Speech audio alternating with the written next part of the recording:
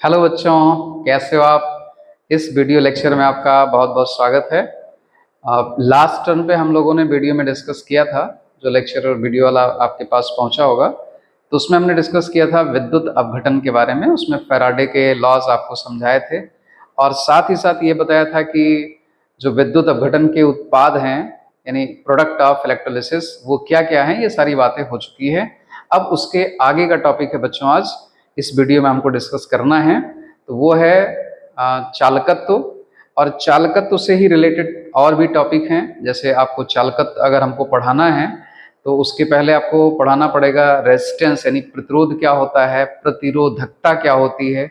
ये सारी बातें आज हम लोग सीखेंगे इस वीडियो लेक्चर में। तो चलिए ध्यान से आप पढ़िएगा। तो चलिए स्टार्ट करते हैं। कौन सा टॉपिक होगा, पहले चालकत्व आपको समझाते हैं, ठीक है ना। देखिए, हम लोग डिस्कस कर रहे हैं यहाँ पर कि जो विद्युत चालन है वो कहाँ पर है, वो किसी वायर में ना हो करके। ये चैप्टर की शुरुआत में आपको एक बार बताया भी था हमने कि हम दो तरह के चालन पढ़ते हैं। एक वायर में होता है, यानी तार में, यानी धातुओं में होता है, जिसको हम धात्विक चालन या मेटालिक कंडक्शन कहते हैं। और दूसरा होता है कि कोई विद्युत अपघट्य है और उसको हमने वाटर में डिसॉल्व करके उसका सॉल्यूशन बना लिया, और सॉल्यूशन बनाने के बाद उसमें से जो चालन होगा, जो विद्युत धारा इसके अंदर से होकर प्रवाहित होगी, तो ये होता है विद्युत अपघटनी चालन। तो इस चैप्टर में मेनली हम लोग डिस्कस कर रहे हैं विद्युत अपघटनी चालन के बारे में, ठीक ना। तो विद्युत अपघटनी चालन में अब टॉपिक आ गया आपका चालकत्व क्या होता है। कहने का मतलब कि ये कोई विद्युत अपघट्य का जलीय विलयन है। मान लीजिए यहाँ पर आपने इसको इलेक्ट्रिक सोर्स से लाके कनेक्ट कर दिया, यहाँ पर एक इलेक्ट्रोड लगा दिया, यहाँ पर एक इलेक्ट्रोड लगा दिया, ठीक है ना। अब मान लीजिए कि यहाँ से ये मूव कर रहे हैं, इलेक्ट्रॉन्स मूव कर रहे हैं, लेकिन इस सॉल्यूशन के अंदर इलेक्ट्रॉन्स तो जाएंगे नहीं यहाँ पर मूव करने। यहाँ पर आयंस का मूवमेंट होगा और आयंस के मूवमेंट से इलेक्ट्रिक करंट कैरी होगी, ठीक है ना। तो यहाँ पर इस विलयन में, यानी विद्युत अपघट्य के विलयन में क्या है, धनायन है और ऋणायन है। तो ये अपोजिट एंड की तरफ दौड़ेंगे। ये पॉजिटिव एंड हो गया, ये नेगेटिव एंड हो गया। तो इधर मूवमेंट होगा पॉजिटिव आयंस का और इधर मूवमेंट होगा नेगेटिव आयंस का। तो ये जो मूवमेंट हो रहा है, इसी को हम बोलते हैं विद्युत अपघटनी चालन। तो उसी विद्युत अपघटनी चालन को समझने के लिए टॉपिक है चालकत्व, कि चालकत्व होता क्या है। तो देखिए, इस चालकत्व को डिफाइन करने के लिए, परिभाषित करने के लिए हमारे पास दो तरीके हैं। एक तो हम कह सकते हैं कि चालकत्व क्या है, कि किसी पदार्थ का या किसी माध्यम का वह गुण है जिसके कारण वह अपने अंदर से विद्युत धारा के प्रवाह को सुगम बनाता है। और मैथमेटिकली, यानी मात्रात्मक रूप में जब इसका वर्णन करना पड़ता है तो हम इसको रिलेट करते हैं चालकत्व को प्रतिरोध से। फिजिक्स में भी आप लोगों ने पढ़ा होगा इस बात को कि प्रतिरोध से जोड़ दिया जाएगा। कहने का मतलब जितना यहाँ से यहाँ तक रेजिस्टेंस यानी प्रतिरोध जितना ज़्यादा होगा, चालकत्व उतना ही कम हो जाएगा। और अगर प्रतिरोध कम हो जाएगा, यानी यहाँ से यहाँ की रुकावटें सारी खत्म हो जाएं, तो चालकत्व हमारा बहुत ज़्यादा हो जाएगा। तो बहुत ही सिंपल सा लॉजिक है कि जैसे मान लीजिए आपको एक लंबा रास्ता तय करना है, तो लंबे रास्ते में क्या होगा, रुकावटों की संभावना ज़्यादा होगी, ठीक ना। अगर आपके मार्ग में रुकावटें बहुत ज़्यादा हैं तो आपका चालकत्व यानी चालन जो होगा वो धीमा हो जाएगा। तो उसी से ये भी रिलेट कर दिया गया है कि अगर इस विलयन का प्रतिरोध बहुत ज़्यादा है तो चालकत्व कम होगा, और अगर प्रतिरोध बहुत कम है तो चालकत्व ज़्यादा होगा। अगर हम देखें, चालकत्व को रिप्रेजेंट करते हैं यानी प्रदर्शित करते हैं कैपिटल जी से, ओके। तो G इज इक्वल टू क्या हो जाएगा relation, G is equal to हो जाएगा 1/R। ये रिलेशन बन गया चालकत्व और प्रतिरोध में। तो G चालकत्व हो गया, R क्या हो गया, ये हो गया प्रतिरोध, किसका, विद्युत अपघट्य के विलयन का। वैसे फिजिक्स में जब आप पढ़ते हैं तो बोलते हैं चालक का प्रतिरोध। तो यहाँ पर चालक कौन है हमारा, यहाँ पर चालक है विद्युत अपघट्य का जो जलीय विलयन है, वही चालक है। उसी के लिए हम पढ़ रहे हैं, तो ये उसका प्रतिरोध हो गया विद्युत अपघट्य के जलीय विलयन का। तो ये रिलेशन आ गया G is equal to 1/R। ठीक ना। तो इस तरह से आप परिभाषा भी लिख सकते हैं और बुक में मैक्सिमम इसी तरह से लिखी भी गई है। तो जब आप नोट्स अपना बनाएं, ये हेडिंग डालें, पहले परिभाषा लिखेंगे, फिर ये फार्मूला लिख लेंगे। तो परिभाषा आप कैसे लिखेंगे चालकत्व की, कि प्रतिरोध के व्युत्क्रम को चालकत्व कहते हैं। G = 1/R है, तो उसी को आप मैथमेटिकली व्युत्क्रम करके बोलते हैं ना, तो बिल्कुल वैसी डेफिनेशन आपको बना लेनी है जैसा इसमें दिख रहा है फार्मूले में। तो पहले आप परिभाषा लिख लें कि प्रतिरोध के व्युत्क्रम को चालकत्व कहते हैं, और अर्थात G = 1/R कर लें, तो ये आपका कंप्लीट हो जाएगा टॉपिक प्रतिरोध का, सॉरी चालकत्व का। तो अब चालकत्व के मात्रक की अगर बात आती है, G का मात्रक क्या होगा, तो मात्रक भी आपको शायद पता होगा, फिजिक्स में पढ़ा हो तो। देखिए 1/R है और R प्रतिरोध होता है, इसका मात्रक होता है ओम। क्या होता है? ओम। और इसका साइन होता है, इस तरह से इसका साइन भी बनाते हैं ऐसे, तो ये ओम इसका यूनिट हो गया। अब चूंकि ये नीचे है तो हमको क्या करना पड़ेगा, यहां पर -1 करना पड़ेगा, यानी 1/ओम कर दें या ओम इनवर्स कर दें, तो ये यूनिट किसकी हो जाएगी, चालकत्व की। अब देखिए ध्यान से, ओम इनवर्स को हम एक नाम और दे सकते हैं, ओम इनवर्स की प्लेस पर हम लिख सकते हैं महो, MHO। और अब जो केमिस्ट्री में ज़्यादातर यूज़ किया जा रहा है, और न तो ओम यूज़ किया जा रहा है न महो, बल्कि ओम इनवर्स के प्लेस पर हम यूज़ कर रहे हैं साइमन। क्या यूज़ कर रहे हैं? साइमन। और साइमन को दिखाते हैं कैपिटल S से। तो जब आपसे अगली बार पूछा जाए G का मात्रक क्या है, तो आप क्या बताएंगे? साइमन। ठीक है ना। साइमन किसके इक्विवेलेंट है, किसके समतुल्य है? ओम इनवर्स के समतुल्य है। तो अब क्लियर हो गया कि चालकत्व का मात्रक क्या होगा, साइमन होगा। ठीक है ना। चलिए आगे बढ़ते हैं। तो अब जो प्रतिरोध है ये R, ये डिपेंड किस पर करता है? यहां पर जो विद्युत अपघट्य का जलीय विलयन हमने भरा हुआ है, इसकी लेंथ कितनी है, उस लेंथ के ये डायरेक्टली प्रोपोर्शनल होगा। यानी कहने मतलब सॉल्यूशन जिसमें भरा हुआ है उस कॉलम की लंबाई जितना ज्यादा होगी, प्रतिरोध भी उतना ही ज्यादा होगा। अगर हम फिजिक्स की बात करें तो तार जो आप लेते हैं वायर, उसकी लंबाई जितना ज्यादा होगी प्रतिरोध उतना ही ज्यादा होगा। ठीक है। तो R is directly proportional to L, यानी R समानुपाती है चालक की लंबाई के, और ये इनवर्सली प्रोपोर्शनल होता है किसके? जो R होता है ये इनवर्सली प्रोपोर्शनल है चालक के अनुप्रस्थ काट के क्षेत्रफल के। कहने का मतलब कि अगर चालक की, जैसे तार को आप इमेजिन करें, कल्पना करें तार के बारे में ही, तो चालक यानी तार जो आपका है, अगर उसकी मोटाई बहुत ज्यादा है, ठीक है ना, तो उसमें प्रतिरोध कम होगा। लेकिन अगर वो बहुत पतला आप करते जाओ, तार को खींच खींच करके पतला कर दो, तो उसका चालक का अनुप्रस्थ काट का क्षेत्रफल, मतलब जो तार है मान लीजिए ये है, तो उसकी अनुप्रस्थ काट का क्षेत्रफल इससे आप निकाल लेंगे एरिया से। ठीक ना। तो अनुप्रस्थ काट का क्षेत्रफल से सीधा सा अर्थ लगाना जो आपको है वो है कि चालक कितना मोटा दिख रहा है। ठीक ना। उसकी जो गोलाई है वो कितनी मोटी है, पतला है कि मोटा है, तो इसी से आप अनुमान लगा लेंगे आराम से। तो अनुप्रस्थ काट का क्षेत्रफल जैसे जैसे बढ़ता जाएगा वैसे वैसे प्रतिरोध कम होता जाएगा, लेकिन जैसे जैसे पतला होता जाएगा यानी कम होता जाएगा अनुप्रस्थ काट का क्षेत्रफल, वैसे वैसे प्रतिरोध बढ़ जाएगा। तो अब ये रिलेशन को हम इस तरह से लिख सकते हैं कि R समानुपाती L/A। ठीक है। ये चालक की लंबाई है, ये चालक का अनुप्रस्थ काट का क्षेत्रफल है।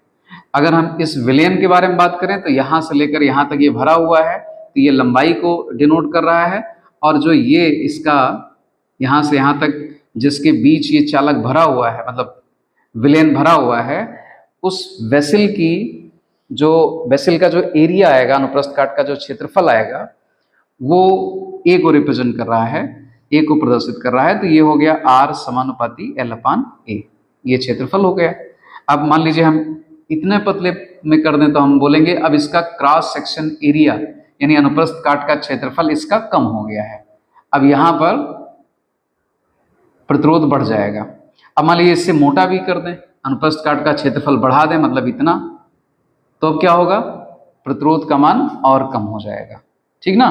तो इसमें सबसे ज़्यादा, इसमें और ज़्यादा, सॉरी इसमें कम हो गया, इसमें और कम हो जाएगा, क्योंकि यहाँ पर लगातार अनुप्रस्थ काट का क्षेत्रफल हम लोग बढ़ा दे रहे हैं, ठीक है ना। तो ये रिलेशन होता है। अगर इसको मेमोराइज करना है, आपको याद करना है, तो एक हम और तरीका बताते हैं आपको। जैसे मान लीजिए आप इमेजिन करिए कि आप सड़क पर जा रहे हैं, तो एक सड़क पतली है, ठीक ना, और एक सड़क बहुत चौड़ी सी है। तो जब आप पतली सड़क पर चलेंगे तो क्या होगा, मान लीजिए कि ट्रैफिक उतना ही है, उसमें से जितनी गाड़ियां पतली से निकलनी है उतना चौड़ी वाली सड़क से भी निकलनी है, तो आप खुद अनुमान लगा सकते हैं कि रुकावटें कहाँ पर ज़्यादा होंगी। जो गलियां आपकी सकरी होती हैं, जो रोडें आपकी सकरी होती हैं, उसमें देखिए बहुत धीरे चलना पड़ता है, क्योंकि रुकावट बहुत ज़्यादा होती है, ठीक ना, वहाँ प्रतिरोध बढ़ गया आपका। लेकिन जब आपकी सड़क चौड़ी हो जाएगी तो गाड़ियाँ आराम से निकलती हैं, इसका मतलब वहाँ पर प्रतिरोध यानी रुकावटें कम हो चुकी हैं। तो उसी से आप इसको भी रिलेट कर सकते हैं कि क्रॉस सेक्शन एरिया बढ़ने से प्रतिरोध आपका कम हो जाता है। तो ठीक है, तो R समानुपाती L/A हो गया। अब ये समानुपात का चिन्ह हम हटाते हैं, तो आ जाएगा रो इंटू L/A, ये आपका रिलेशन एक आ गया। इसमें सब कुछ तो आपको पता है सिवाय रो के। तो रो क्या है, ये है विशिष्ट प्रतिरोध, ये नाम दिया जाता है विशिष्ट प्रतिरोध। लेकिन अब इस चैप्टर में यानी केमिस्ट्री में आप जब पढ़ेंगे आगे, तो इसके प्लेस पर आपको क्या शब्द मिलेगा, प्रतिरोधकता मिलेगा। रेसिस्टिविटी इंग्लिश में कहेंगे और हिंदी में हो जाएगा प्रतिरोधकता। ओके, तो अब ज़्यादातर हम ये वर्ड यूज करेंगे विशिष्ट प्रतिरोध के बजाय प्रतिरोधकता, आपको बुक में भी यही मिलेगा। तो रो क्या है आपका, विशिष्ट प्रतिरोध या प्रतिरोधकता है। अगर इसको इक्वेशन हम 1 मान लें और ये हमारा इक्वेशन नंबर 2 हो जाए, तो इसकी वैल्यू हम पुटअप कर दें यहाँ पर, तो हमको एक नया रिलेशन मिल जाएगा इक्वेशन नंबर 1 और 2 से, कि G इक्वल टू क्या हो जाएगा, 1/रो इंटू, अब देखिए 1/R यानी 1/, ये पूरा जाएगा, तो ये तो हमने कर दिया, और ये वाला उलट जाएगा यानी A/L हो जाएगा। तो ये एक और अलग रिलेशन आपको मिल गया, जो रिलेट कर रहा है सीधे सीधे किसको, जो संबंध बता रहा है किसमें, ये हो गया आपका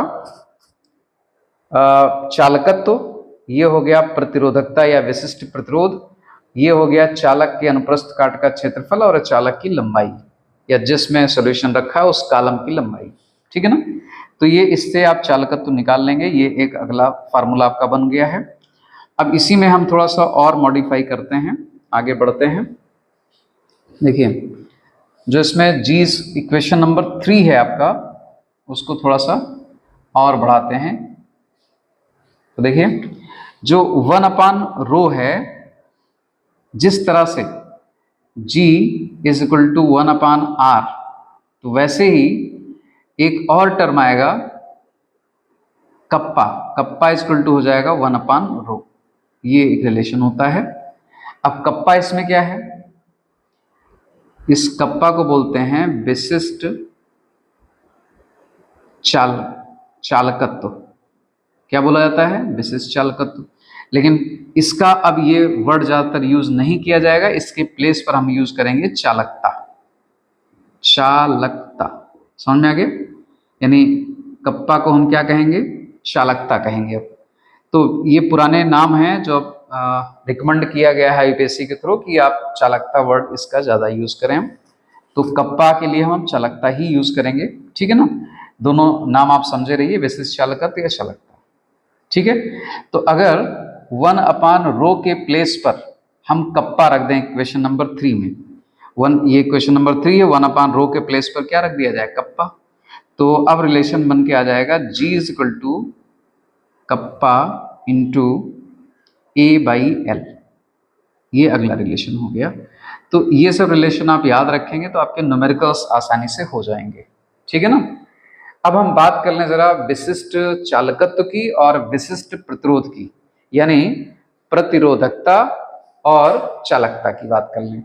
तो देखिए अभी हटा नहीं है सब, यहाँ पर है। तो देखिए यहाँ पर हम पहले बात करेंगे विशिष्ट प्रतिरोध की, यानी प्रतिरोधकता की बात करेंगे।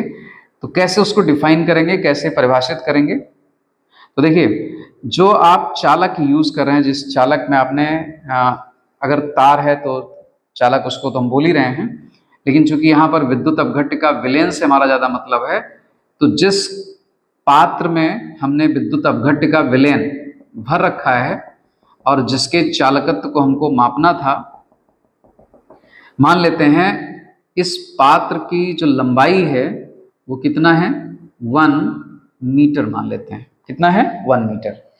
और जो इस पात्र का क्रॉस सेक्शन एरिया आएगा, अनुप्रस्थ काट का क्षेत्रफल यानी ए, वो आ जाता है मान लीजिए 1 मीटर स्क्वायर। ठीक है ना, 1 मीटर स्क्वायर आ गया, यानी दोनों यूनिट्स एकांक हो गई, एकांक हो गई। तो ये 1 मीटर स्क्वायर इसका क्रॉस सेक्शन एरिया, 1 मीटर लंबाई हो गई। अब इसमें आपने कोई विद्युत अपघट्य का विलयन भर दिया, तो इसमें जो भी प्रतिरोध उत्पन्न होगा वही क्या कहलाएगा, उसका विशिष्ट प्रतिरोध कहलाएगा, उस विद्युत अपघट्य का विशिष्ट प्रतिरोध कहलाएगा। ठीक है ना।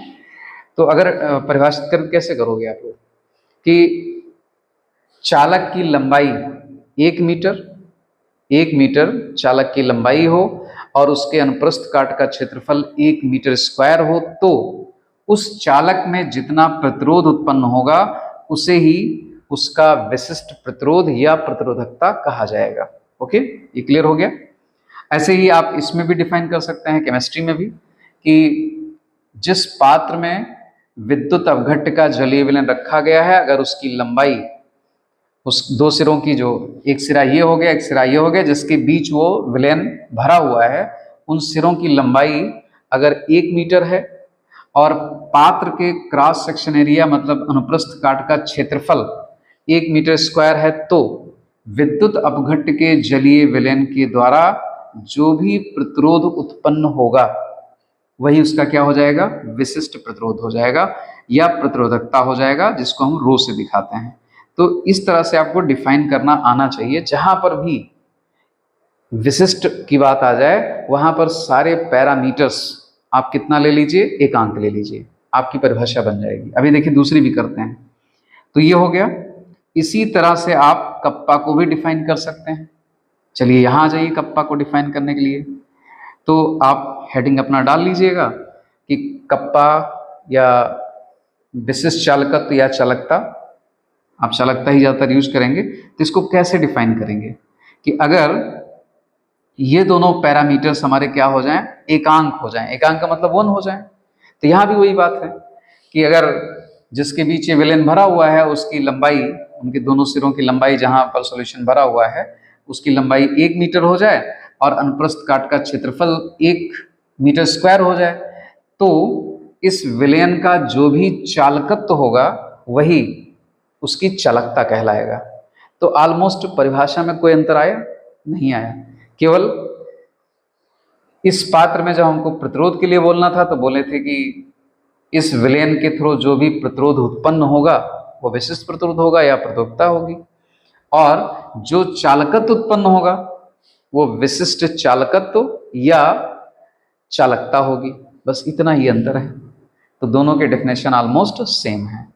अब इस इक्वेशन को थोड़ा सा अगर हम दूसरे फॉर्म में लिखें, जैसे अभी जी के फॉर्म में लिखा हुआ है चालकत्व के, हम इसको कप्पा के फॉर्म में लिख दें यानी चालकता के फॉर्म में लिख दें, तो ये हो जाएगा G इंटू एल बाई ए। ये हो गया। तो हमने G का फार्मूला तो आपको बता ही रखा है, सॉरी फार्मूला नहीं, मात्रक। तो कप्पा का मात्रक क्या हो जाएगा, कप्पा का मात्रक देखिए क्या होगा, इसका तो आपको बता रखा है साइमन। ठीक है, एल की वैल्यू क्या हो गई, मीटर, ये मीटर स्क्वायर, तो यहां आ जाएगा मीटर इनवर्स। ठीक ना, ये इसका कप्पा का मात्रक हो गया, साइमन मीटर इनवर्स। तो बच्चों ये चालकता का जो मात्रक है वो हमने लिख दिया यहाँ पर, और इसका एक दूसरा यूनिट भी होता है, इसको हम इसमें भी एक्सप्रेस कर सकते हैं। किसमें, साइमन सेंटीमीटर इनवर्स में। नॉर्मली क्या होता है कि जो जिसमें आपका सॉल्यूशन पूरा भरा हुआ है जिस वेसल में, तो उसका लेंथ सेंटीमीटर में मेजर करते हैं, और जो उसका क्रॉस सेक्शन एरिया होता है वो किस में मेजर करते हैं, सेंटीमीटर स्क्वायर में। तो ये यूनिट भी बन जाएगी। अब दोनों में क्या रिलेशन होगा वो आपको समझा देते हैं, बड़ा इंटरेस्टिंग चीज नजर आएगा इसमें। नॉर्मली क्या होता है कि हम लोग समझते हैं कि सेंटीमीटर छोटा है, मीटर बड़ा है, यहाँ पर कुछ कहानी अलग हो जाएगी। तो वही चीज आपको समझाना है। देखिए यूनिट में कैसे चेंज आता है। तो देखिए दोनों यूनिट हम लिखते हैं, centimetre inverse, sorry siemens metre inverse और साइमन सेंटीमीटर इनवर्स। तो यहाँ पर हम लिखते हैं साइमन सेंटीमीटर इनवर्स का मतलब हुआ कि अपान सेंटीमीटर, ठीक ना। और इसको अगर इक्विवेलेंट करना है साइमन मीटर इनवर्स का मतलब हुआ siemens metre inverse, sorry metre, siemens upon metre, metre inverse का मतलब साइमन मीटर।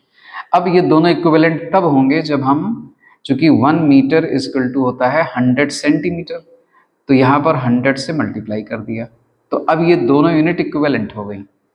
ये भी 100 सेंटीमीटर 1 मीटर के इक्विवेलेंट है, और यहाँ भी मीटर लिखा हुआ है, तो दोनों इक्विवेलेंट हो गए। अब इसमें देखिए फिर से हम क्या करें कि 100 को हम इधर ले लें, मतलब क्रॉस मल्टीप्लाई में सिर्फ इसको 100 को इधर ले जाते हैं, तो ये आ जाएगा siemens upon centimetre is equal to 100 into siemens upon metre. ये हो गया। अब क्या करना है, सेंटीमीटर को फिर से ऊपर ले लीजिए, तो ये आ जाएगा siemens centimetre inverse is equal to 100 into, तो हटा देते हैं, ऐसे लिख देते हैं साइमन मीटर, ऊपर गया तो इनवर्स हो जाएगा। तो देख रहे हैं ना कि 1 साइमन सेंटीमीटर इनवर्स किसके इक्वल है, 100 साइमन मीटर इनवर्स के। तो ये चेंज हो गया आपका। तो ये बड़ा इंटरेस्टिंग चीज है, इसमें ये बहुत ध्यान रखना होता है, अदरवाइज हम लोग गलत कर जाएंगे। हम तो यही सोचेंगे भाई मीटर बड़ा होता है तो मीटर को बड़ा कर देंगे, जबकि यहाँ पर सेंटीमीटर इनवर्स यानी ये यूनिट जो है बड़ी है, ये छोटी हो जा रही है मीटर वाली, ठीक ना। तो यही इसमें खास बात थी जो मैंने समझाई आपको। तो ये हो गया चालकता का मात्रक, पूरा हो गया, कंप्लीट हो गया आपका। तो आपने चालकत्व तो सीख लिया, ठीक है, कैसे कैसे वो रेजिस्टेंस यानी प्रतिरोध से जुड़ा हुआ है चालकत्व, वो समझ लिया, उसका रिलेशन आ गया।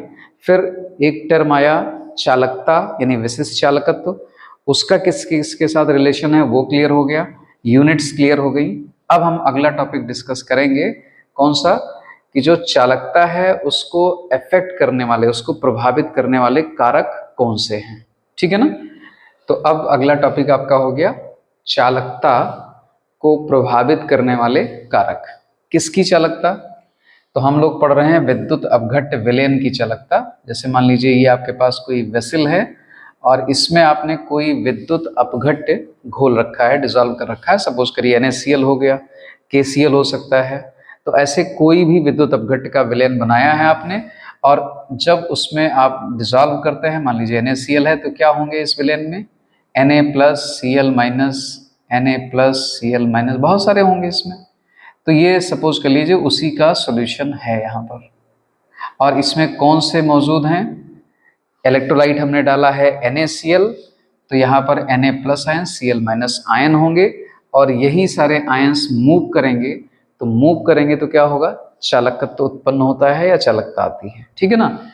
तो यहाँ पर आपने विद्युत अपघट्य का विलयन लिया है, उसी की चालकता को कौन कौन से कारक, कौन कौन से फैक्टर हैं जो प्रभावित कर सकते हैं, ठीक है। तो चलिए एक एक करके हम डिस्कस करते हैं। पहला है विद्युत अपघट्य की प्रकृति।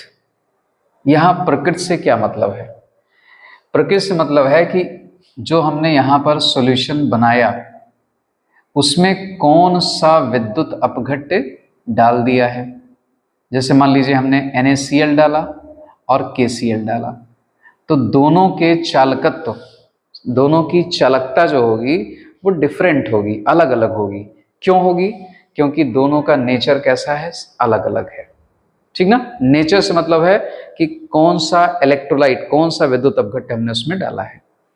तो अलग अलग विद्युत अपघट्य के लिए चालकता का जो मान है, जो वैल्यू है, वो भी अलग अलग हो जाएगी।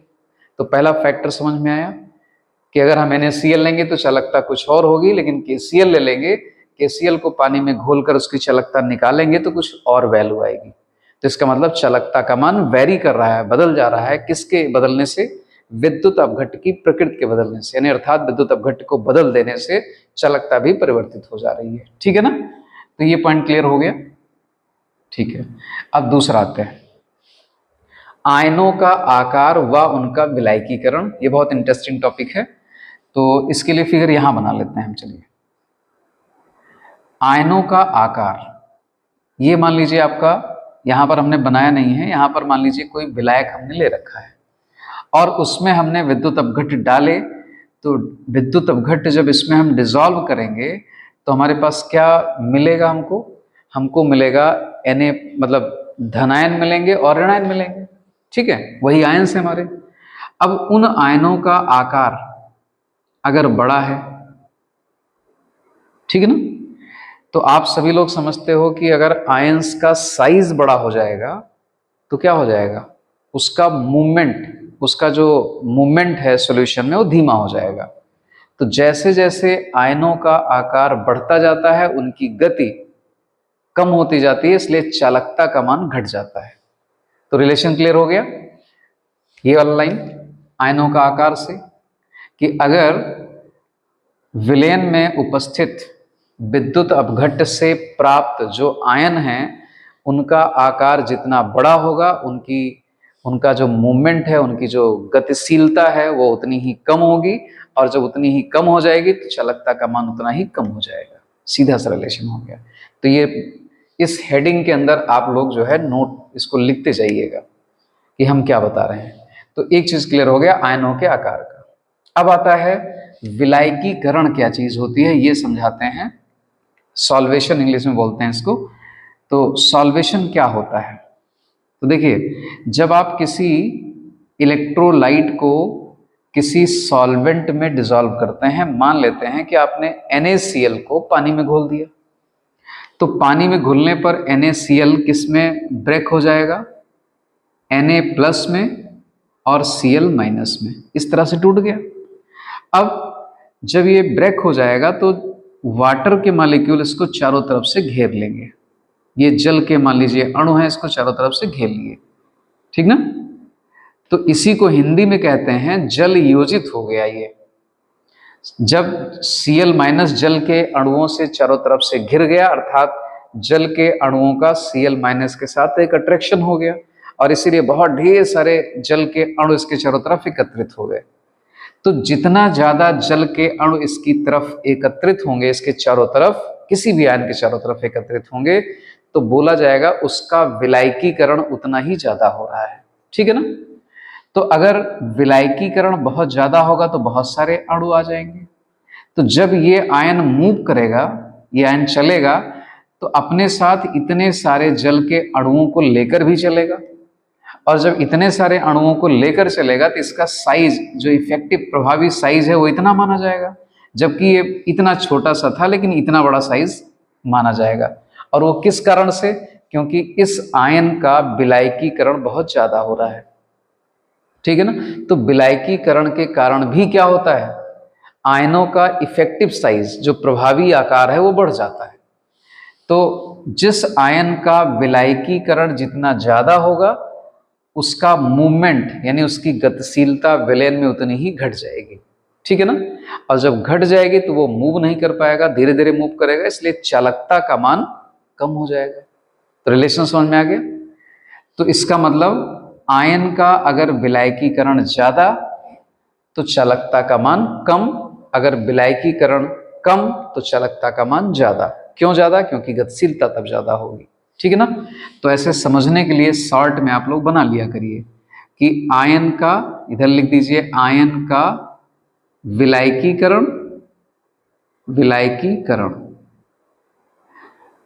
और ये ऐसे रिलेशन बना लीजिए 1/, गतिशीलता ऐसे बना लीजिए।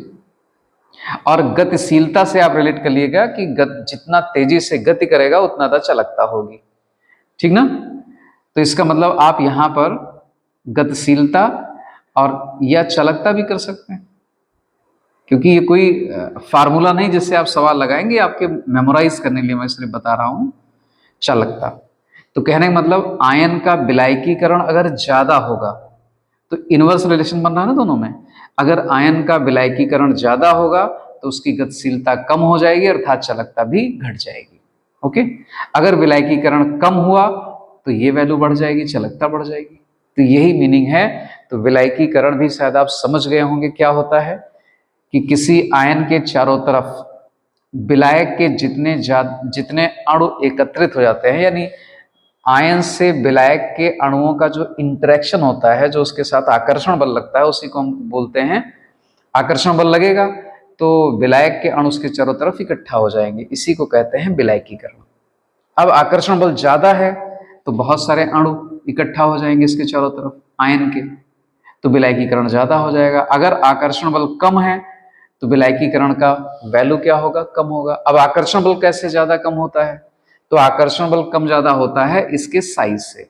अगर मान लीजिए धनायन या ऋणायन का साइज छोटा है, तो छोटा है तो इसलिए ज्यादा वाटर मॉलिक्यूल उसके चारों तरफ या विलायक के अणु उसके चारों तरफ इकट्ठे हो जाएंगे, क्योंकि छोटा होने से आकर्षण बल ज्यादा होता है, इफेक्टिव न्यूक्लियर चार्ज की वैल्यू ज्यादा होती है, ठीक है ना। अब अगर इसका साइज बड़ा है तो कम मॉलिक्यूल्स विलायक के जो अणु हैं वो कम अट्रैक्ट हो पाएंगे, इसलिए विलायकीकरण कम होगा। यह सीधा सा रिलेशन है। तो ये जो बातें हम बोलते हैं इसको आप नोट्स में शॉर्टकट में इस तरह से नोट कर लिया करिए, तो आपके माइंड में रहेगा ये, नहीं तो निकल जाता थोड़ी देर बाद, ठीक है ना। ये काम कर लिया करिए। तो मैंने एक आइडिया आपको दे दिया है कि इस तरह से आप रिलेशन को डेवलप कर लिया करिए अपने याद करने के लिए सिर्फ, ठीक है ना। तो ये पॉइंट क्लियर हो गया। अब तीसरा पॉइंट है विलायक की प्रकृति व श्यानता। तो विलायक की प्रकृति, तो प्रकृति से मतलब वही है कि हमने कौन सा विलायक लिया हुआ है जिसमें हमने सॉल्यूशन बनाया है। तो जनरली वाटर ही लेते हैं, तो वाटर तो सेम हो गया। फिर भी अगर कंपेयर करना पड़े तो विलायक को अगर आप बदल देते हैं, वाटर के स्थान पर कोई और विलायक ले लेते हैं, जैसे मान लीजिए आपने लिक्विड अमोनिया ले लिया या H2SO4 ले लिया, ठीक ना, तो उसमें भी चालकता का मान बदल जाएगा। तो विलायक के बदलने से चालकता क्या हो जाएगी, आपकी चेंज हो जाएगी, परिवर्तित हो जाएगी, ठीक है ना। अब ध्यान दीजिए, दूसरा पॉइंट है इसमें श्यानता। तो श्यानता से क्या मतलब होता है, तो श्यानता से अगर हम एक सिंपल मीनिंग आपको बताएं तो श्यानता का यहां अर्थ आप लगा लीजिएगा गाढ़ेपन से, ठीक ना, कि जो विलायक है वो ज्यादा गाढ़ा है, या वो जैसे नॉर्मल बात करते नहीं शरबत वगैरह पीने में कि गाढ़ा है फीका है, इस तरह की बात करते हैं, तो वही रिलेशन है। लेकिन आप चूंकि केमिस्ट्री के स्टूडेंट, तो उस भाषा में अगर देखा जाए तो श्यानता की वैल्यू क्या, मतलब श्यानता का क्या मीनिंग होगा। श्यानता वास्तव में किसी भी विलायक का उसके अणुओं के बीच लगने वाला आकर्षण बल की मेजरमेंट होती है, आकर्षण बल की माप होती है। अगर विलायक के अणुओं के बीच आकर्षण बल बहुत ज्यादा है तो श्यानता भी ज्यादा होगी, ठीक ना। श्यानता ज्यादा होगी मतलब बहुत पास पास रहेंगे तो आपको बहुत डेंस दिखेगा, और अगर श्यानता कम है तो वो रेयर यानी विरल दिखेंगे, अणु दूर दूर रहेंगे, ठीक ना, और उनकी मूवमेंट बहुत फ्रीली होगी। लेकिन उनके बीच आकर्षण बल ज्यादा होगा तो बहुत तेजी से मूव नहीं कर पाएंगे। तो कहने का मतलब सब कुछ डिपेंड कर रहा है आकर्षण बल पर, किसके मध्य, जो विलायक के अणु हैं। तो अगर विलायक के अणुओं के बीच आकर्षण बल ज्यादा है तो उसमें जो भी चीज मूव करना चाहेगा उस पर एक ड्रैगिंग फोर्स लगेगा, यानी उसको रोकने वाला फोर्स लगेगा। तो अगर श्यानता ज्यादा तो इसका मतलब उसमें मूवमेंट आसान नहीं होगा। जैसे आपको पानी में दौड़ाया जाए और कीचड़ में दौड़ाया जाए, तो पानी में आप क्या करेंगे, तेजी से अपेक्षाकृत दौड़ लेंगे, लेकिन कीचड़ में क्या होगा, कीचड़ आप ज्यादा श्यान है, उसमें श्यान बल ज्यादा लग रहा है, इसलिए आप उसमें क्या होगा, धीमे धीमे दौड़ पाएंगे, आपको ज्यादा मेहनत करनी पड़ेगी। तो वही सेम आपने ऐसे विलायक में विद्युत अपघट्य को घोला है जिसकी श्यानता ज्यादा है, तो उसमें आयनों का मूवमेंट धीमा पड़ जाएगा, और अगर श्यानता कम है तो आयनों का मूवमेंट बढ़ जाएगा। तो इसलिए चालकता भी उसी अनुरूप परिवर्तित हो जाएगी। तो रिलेशन क्या बना कि यदि विलायक की श्यानता अधिक तो चालकता उसकी कम हो जाएगी। उस विलायक में विद्युत अपघट्य को जब आप डिसॉल्व करेंगे तो उसके आयनों की मूवमेंट कम होगी, इसलिए चालकता का मान कम हो जाएगा। अगर विलयन की श्यानता कम होगी तो इसका मतलब मूवमेंट तेजी के साथ होगा आयनों का। तो क्लियर हो गया। अब फोर्थ पॉइंट पर हम आते हैं कि विद्युत अपघट्ट की सांद्रता। सांद्रता से मतलब हो गया कि एकांक आयतन में, जैसे मान लीजिए हमने ये विलेन बनाया, ठीक है, इंक कम हो गई इसमें, तो ये सपोज करिए यहां पर देख लीजिए कि ये पूरे पात्र का जो आयतन है वो 1 लीटर है। अगर इस 1 लीटर में हमने कितना डाल दिया, 1 मोल NaCl डाल दिया, तो कंसंट्रेशन जो आई उसको हम क्या बोलेंगे, 1 मोल प्रति लीटर, ठीक है ना। तो यहां पर जो चालकता उत्पन्न होगी 1 मोल डिसॉल्व करने पर, लेकिन अगर हम इसी में 2 मोल डिसॉल्व कर दें तो सांद्रता हो गई 2 मोल पर लीटर में, तो सांद्रता बढ़ गई। तो जब सांद्रता बढ़ जाएगी तो चालकता का मान भी बढ़ जाएगा। सिंपल लॉजिक है। क्या है कि जब हम 1 मोल डालेंगे इसमें 1 लीटर आयतन में, तो 1 मोल धनायन और 1 मोल ऋणायन उत्पन्न होंगे। लेकिन जब हम 2 मोल डालेंगे तो 2 मोल धनायन और 2 मोल ऋणायन उत्पन्न होंगे, यानी आयनों की संख्या ज्यादा होगी। आयनों की संख्या ज्यादा होने से क्या हो जाएगा, आयन ज्यादा मूव करेंगे, इसका मतलब चालकता का मान बढ़ जाएगा। ठीक है ना, तो ये बात क्लियर हो गई। अब आता है लास्ट में ताप, कि ताप बढ़ाने से क्या होगा। तो बच्चों ये बिल्कुल ध्यान रखिएगा कि जब हम विद्युत अपघट्ट के विलयन का ताप बढ़ा देंगे, ठीक ना, जैसे ये विद्युत अपघट्ट का विलयन है और इसका ताप अगर हम बढ़ा दें, मतलब इसको थोड़ा सा गर्म कर दें, तो होगा क्या, गर्म करने से जो अणु हैं वो दूर दूर हो जाएंगे। और अगर हम बात करें तो श्यानता उसकी घट जाएगी। जैसे आप चाशनी को आप ले लीजिए, चीनी और पानी का खूब कंसंट्रेट आप सोल्यूशन बना लीजिए, खूब सांद्र, तो बहुत गाढ़ा लगेगा।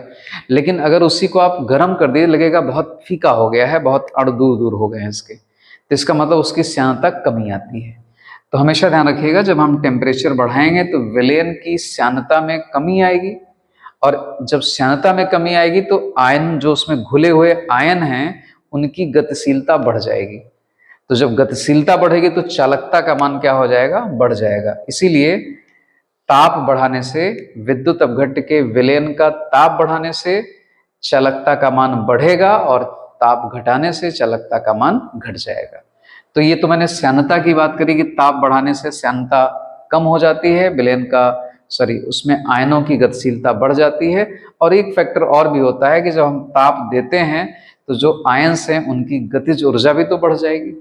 तो दो फायदे होंगे, एक तो श्यानता में कमी आई तो उनका मूवमेंट, उनका जो गतिशीलता है वो सुगम हो गया, सरल हो गया, अब उसमें रुकावटें कम हो गई, और साथ साथ टेम्परेचर से उनको गतिज ऊर्जा मिल रही तो तेजी से मूव करेंगे, इसलिए चालकता की वैल्यू बढ़ जाएगी। ठीक है ना। तो ये 5 फैक्टर थे जिन पर चालकता मतलब कप्पा, जिसको हमने इस तरह से रिप्रेजेंट किया था कप्पा से। ठीक है, तो उसकी ये कप्पा है सिंबल इसका, तो इसकी वैल्यू इन 5 फैक्टर्स पर डिपेंड करती है जो मैंने आपको समझा दिया। ठीक है ना। तो इसके बाद अगला टॉपिक अगले वीडियो में फिर आपको मिलेगा इसके आगे से। ओके, तब तक आप इसकी स्टडी करिएगा। थैंक यू, फिर मिलते हैं अगले वीडियो में। ओके।